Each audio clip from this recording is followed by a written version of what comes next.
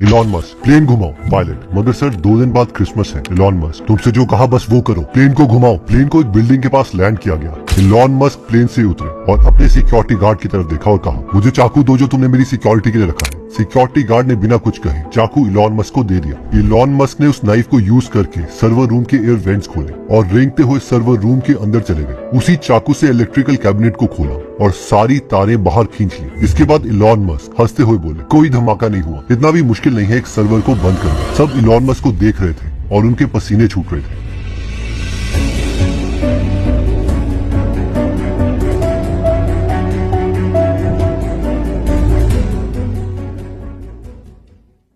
Actually इस incident से just 3 दिन पहले इलॉन मस्क ने ट्विटर को खरीदा था। ट्विटर के 3 लोकेशन पर सर्वर थे जिससे पूरी ट्विटर वेबसाइट चलती थी। एक सर्वर रूम सैक्रामेंटो में था जिसका ट्विटर को लगभग 800 करोड़ रुपए हर साल देना पड़ता था। इलॉन मस्क नहीं चाहते थे कि ट्विटर हर साल इतने पैसे खर्चे, इसलिए उन्होंने टीम को कहा कि हमें सर्वर को जल्दी से जल्दी बंद करना पड़ेगा। इस पर एक मीटिंग में इलॉन मस्क को मैनेजर बोली, इलॉन इसके लिए हमें कम से कम 6 महीने का टाइम लगेगा। 8 फीट की 52 अलमारियां हैं जिसके अंदर सर्वर रखे हुए हैं, सबको अलग वॉटेज देनी पड़ती है और 2 दिन के बाद क्रिसमस भी आ रहा है तो ट्विटर में ज्यादा लोग पोस्ट करेंगे। इतना ट्रैफिक हम बिना इस सर्वर के हैंडल नहीं कर पाएंगे। इस पर इलॉन मस्क ने कहा, मुझे कुछ नहीं पता, मुझे ये काम 14 दिन के अंदर चाहिए। इस पर मैनेजर बोली, तुम समझ नहीं रहे इलॉन, ये इतना आसान नहीं है। इलॉन, तुम कभी खुद सर्वर की बिल्डिंग में गई हो? मैनेजर, नहीं मैं नहीं गई। इलॉन, तो तुम्हें कुछ नहीं पता, मैंने खुद सर्वर्स लगाए हैं। ये काम 2 हफ्तों में हो जाना चाहिए वरना तुम्हारा रेजिग्नेशन लेटर एक्सेप्ट कर लिया जाएगा। मीटिंग के बाद इलॉन प्लेन में चढ़े और फ्लाइट में उन्हें इस मीटिंग की ही याद आ रही थी और इसलिए बीच हवा में उन्होंने अपने पायलट को सैक्रामेंटो में लैंड करने के लिए कहा। अब बहुत से लोगों के लिए ये एक सोफिस्टिकेटेड नाइस एक्शन नहीं है, लेकिन सच्चाई ये भी है कि हर बार नाइस रह के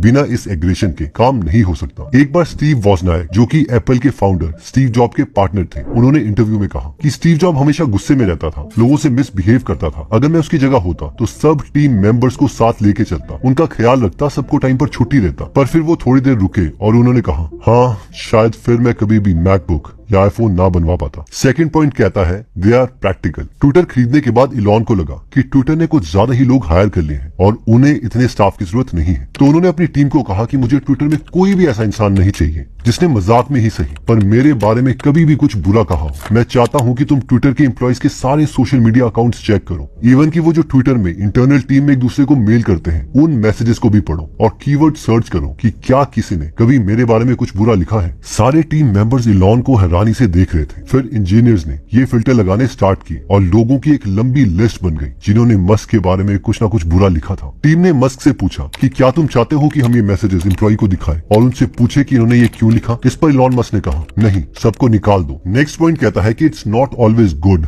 टू बी नाइस। जब इलॉन मस्क छोटे थे तो स्कूल की असेंबली के बाद एक group of school students Elon से टकराए जिस पर इलॉन ने एक लड़के को धक्का दे दिया। जब लंच ब्रेक हुई तो वो सारे लोग इलॉन मस्क को ढूंढते हुए आए और उन्होंने इलॉन को बहुत मारा। किसी ने इलॉन के सर पे किक मारी तो किसी ने नाक पे। उसके बाद उन्हें सीढ़ियों से गिरा दिया गया और इलॉन बेहोश हो गए, लेकिन उसके बाद भी वो स्टूडेंट्स उन्हें पीटते रहे। जब एक और बार इलॉन के साथ ऐसा हुआ तो इलॉन को पता था कि वो अगली बार खुद के साथ ऐसा नहीं होने देंगे। जब उन्हें स्कूल में छुट्टियां हुई तो उन्होंने जूडो सीखा और उन्होंने डिसाइड कर लिया था कि अगर इस बार कोई भी उन्हें मारेगा तो वो मेन आदमी के नाक पे जोर से पंच करेंगे। इलॉन ने कहा, बेशक इसके बाद मैं बेहोश हो जाऊं, पर वो जानते थे कि इस पंच के बाद किसी की हिम्मत नहीं होगी उन्हें दोबारा छेड़ने की। इसके बाद हुआ भी ऐसा ही। जब अगली बार उनकी लड़ाई हुई तो उन्होंने मेन लीडर के नाक में पंच मारा। इसके बाद स्कूल में ये बात फैल गई और किसी ने उसके बाद इलॉन को डिस्टर्ब नहीं किया। नेक्स्ट क्वालिटी आती है कि so you are always superior. अपना पहला स्टार्टअप Zip2 बेचने की इमीडिएटली बाद ही इलॉन मस्क ने नया स्टार्टअप स्टार्ट कर दिया था जिसका नाम था X.com, जिसका गोल था दुनिया का सबसे बड़ा डिजिटल बैंक बनना। X.com के ऑफिस के कुछ बिल्डिंग दूर ही एक और स्टार्टअप सेम काम कर रहा था जिसका नाम था पेपैल। इलॉन चाहते थे कि किसी भी हालत में वो स्टार्टअप से आगे रहे। इलॉन मस्क ने अपनी टीम को एक इम्पॉसिबल डेडलाइन दी जो कि थी कि क्रिसमस से पहले X.com का ATM कार्ड रेडी होना चाहिए। इलॉन मस्क का एक टीम मेंबर इतना हैरान हुआ कि उसने इसे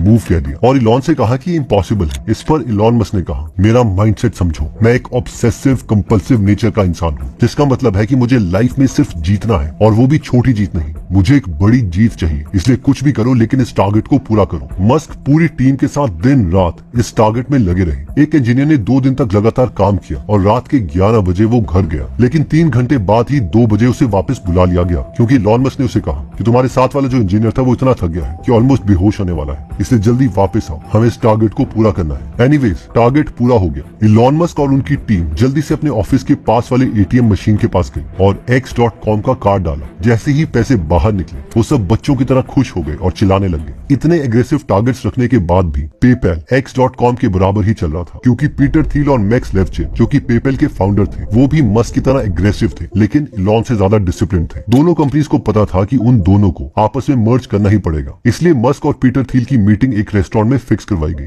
दोनों कंपनीज ने बताया कि दोनों के पास सेम नंबर ऑफ यूजर्स हैं। इसके बाद पीटर थिल ने इलॉन से कहा, ओके तो जब हमारी कंपनीज मर्ज हो जाएंगी कितना परसेंट किसके पास आएगा? इस पर इलॉन मस्क बोले, मेरे पास 90% और तुम्हारे पास 10%। दोनों पीटर थिल और मैक्स लेफ्चिन ये सुनकर हैरान हो गए। मैक्स ने पीटर थिल की तरफ देखा और कहा, क्या ये मजाक कर रहा है? इस पर पीटर ने अपने को फाउंडर से कहा, नहीं ये सीरियस है। पीटर थिल को ये बात पसंद नहीं आई कि दोनों कंपनीज के पास सेम यूजर होने के बावजूद इलॉन के पास 90% क्यों आएंगे, इसलिए मीटिंग वहीं पर खत्म हो गई। कुछ महीनों के बाद एक इन्वेस्टर सिक्वोया ने इन दोनों को कहा कि तुम्हारी कंपनीज को साथ में मर्ज होना ही पड़ेगा, इसलिए सिक्वोया के ऑफिस में तुम दोनों वहां पर मिलने आओ। इलॉन मस्क ने इन्वेस्टर के पास जाने के लिए पीटर थिल को अपनी नई गाड़ी मैक्लारन में लिफ्ट दी, जो कि इलॉन ने पिछले स्टार्टअप को बेच के खरीदी थी। पीटर थिल जब कार में बैठे तो उन्होंने इलॉन को कहा, ये कार और क्या कर सकती है? इलॉन ने पीटर की तरफ देखा और कहा, मैं दिखाता हूँ, और मैक्लारन को टॉप स्पीड पर ले गए। अचानक से कार का पिछला एक्सिल टूट गया और कार ने 5-6 टर्न्स लिए। कार पूरे तरीके से डैमेज हो चुकी थी, लेकिन फॉर्चुनेटली दोनों पीटर थिल और इलॉन मस्क को कोई चोट नहीं आई। इलॉन मस्क कार से बाहर निकले और कार को देखा और जोर जोर से हंसने लग गए।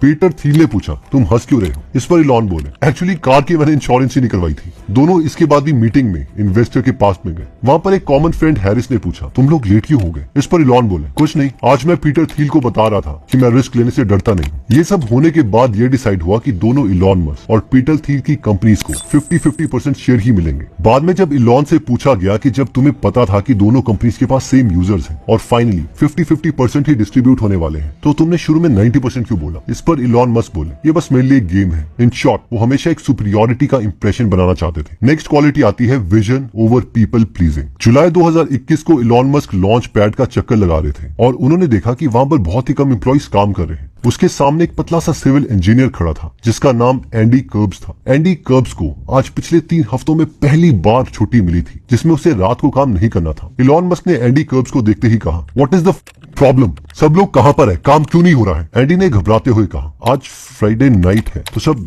घर गए हुए हैं। घर गए हुए हैं क्या मतलब? मुझे कल यहाँ पर 500 लोग चाहिए काम करते हुए, चाहे वो लॉस एंजलिस से आए या सियाटल से, पर कल सब यहाँ पर होने चाहिए। ये कोई वॉलंटियर ऑर्गेनाइजेशन नहीं है। मुझे मरने से पहले मार्स पहुंचना है और 10 दिन में इस रॉकेट शिप को खड़ा करके टार के साथ लगाओ। सबको पता था कि ये यूजलेस एक्सरसाइज है। 10 दिन में इस रॉकेट शिप को खड़ा कर भी दिया तो भी अगले 2 साल तक हम इस रॉकेट शिप को लॉन्च नहीं कर पाएंगे, क्योंकि गवर्नमेंट का तब तक अप्रूवल मिलेगा ही नहीं। लेकिन उन सबको पता था कि उनके बॉस को क्या चाहिए। जब तक इलॉन वापस अपनी बिल्डिंग में जा रहे थे, वहां पर मेन बिल्डिंग का मॉनिटर में डिस्प्ले चेंज हो चुका था, जिसमें लिखा था, ship rocket stat T-196 hours 44 minutes 23 seconds. 500 से ज्यादा लोगों को वहां बुलाया गया। लोगों के खाने सोने का इंतजाम किया गया। हाईली क्वालिफाइड इंजीनियर्स भी वहां पर सिर्फ एयर मैट्रेसेस में बाहर सो रहे थे। 10 दिन में रॉकेट को टार के साथ खड़ा कर दिया गया। ये देखकर इलॉन मस्क खुश हुए, लेकिन अगले दिन वो एक नए एम्प्लॉय से मिले जिसका नाम ल्यूकस ह्यूग्स था। ल्यूकस का मेन काम था रॉकेट के प्राइस को कम करवाना, क्योंकि अगर रॉकेट का प्राइस कम नहीं होगा तो ज्यादा लोग स्पेस में ट्रेवल नहीं कर पाएंगे। आते ही इलॉन मस्क ल्यूकस से मिले। ल्यूकस बहुत डरा हुआ था। इलॉन बोले, एक चीज दिमाग में डाल लो, तुम यहाँ इंजीनियर्स के दोस्त नहीं हो। अगर तुम इधर इंजीनियर्स के फेवरेट बन गए तो ये एक बुरी बात है और मैं तुम्हें नौकरी से निकाल दूंगा। इलॉन मस्क ने अपनी ही एक टर्म बनाई है जिसका नाम है इडियट इंडेक्स, जिसका मतलब है कि लेट से आपके हाथ में जो आईफोन है, अगर उसमें 5000 रुपए का प्लास्टिक और चिप्स लगे हैं और उसका प्राइस मार्केट में 50,000 है, तो इसका idiot index 50,000 divided by 5000 is equal to 10 है। और इलॉन मस्क का ये मानना है कि अगर हमें रॉकेट बनाना है तो हमें हर चीज का इडियट इंडेक्स पता होना चाहिए, और अगर उनके टीम मेंबर को इडियट इंडेक्स नहीं पता तो वो खुद एक इडियट है। लियोन ने लूकास से फिर एक सवाल पूछा, मुझे रॉकेट सबसे सस्ते प्राइस में बनाना है ताकि ह्यूमैनिटी मार्स में जा सके। अब मुझे ये बताओ कि रैप्टर में सबसे ज्यादा इडियट इंडेक्स किस चीज का है? लूकास घबराते हुए बोला, मुझे नहीं पता। तुम्हें नहीं पता? क्या मतलब तुम्हें नहीं पता? मैं लैपटॉप देख के बताता हूँ। इलॉन चिल्लाते हुए बोले, लैपटॉप बंद करो, ये सारी चीजें तुम्हारे दिमाग में होनी चाहिए। ल्यूकास बोला, शायद हाफ नोजल जैकेट है। इलॉन, ये पूरा स्टील से बना है, इसकी कॉस्ट क्या है? आई थिंक इसकी कॉस्ट 1.5 लाख रुपए के आसपास है। इलॉन, 1.5 लाख नहीं, इसकी कॉस्ट सिर्फ 10,000 है। अगली बार से तुम्हें हर चीज का आंसर पता होना चाहिए, वरना मैं तुम्हें जॉब से निकाल दूंगा। अब तुम यहाँ से निकलो। इस इंसिडेंट के कुछ दिनों के बाद ल्यूकास और एंडी कर्ब से पूछा गया कि तुम्हें कैसा लगा, तुम इस इंसिडेंट को किस नजरिए से देखते हो। इलॉन ने तुम्हारे साथ नाइसली बात नहीं करी। ल्यूकास ने कहा कि इलॉन के बड़े सपने हैं, वो ह्यूमैनिटी के लिए अच्छा सोच रहे हैं, लेकिन मुझे मेरी फैमिली के लिए टाइम नहीं मिल रहा है, इसलिए मैं जॉब छोड़ रहा हूँ। एंडी ने भी यही कहा था, लेकिन उसके साथ उन्होंने कहा कि बॉस तो ऐसा ही होना चाहिए जिसे लोग प्यार भी करें लेकिन उससे डरे भी। एंडी ने भी जॉब छोड़ दी थी, लेकिन 6 महीने के बाद वो दोबारा इलॉन के पास आया और कहा कि जॉब छोड़ने के बाद मैं बहुत बोर हो गया और मैं बर्नआउट होना ज्यादा प्रेफर करूंगा एज कम्पेयर टू बोर होने के। वैसे चाणक्य का भी यही कहना था कि एक राजा नाइस है तो वो एक अच्छा राजा नहीं बन सकता। वैसे इन सारी स्टोरीज को सुन के आपका क्या मानना है, आप कमेंट करके जरूर बताएं।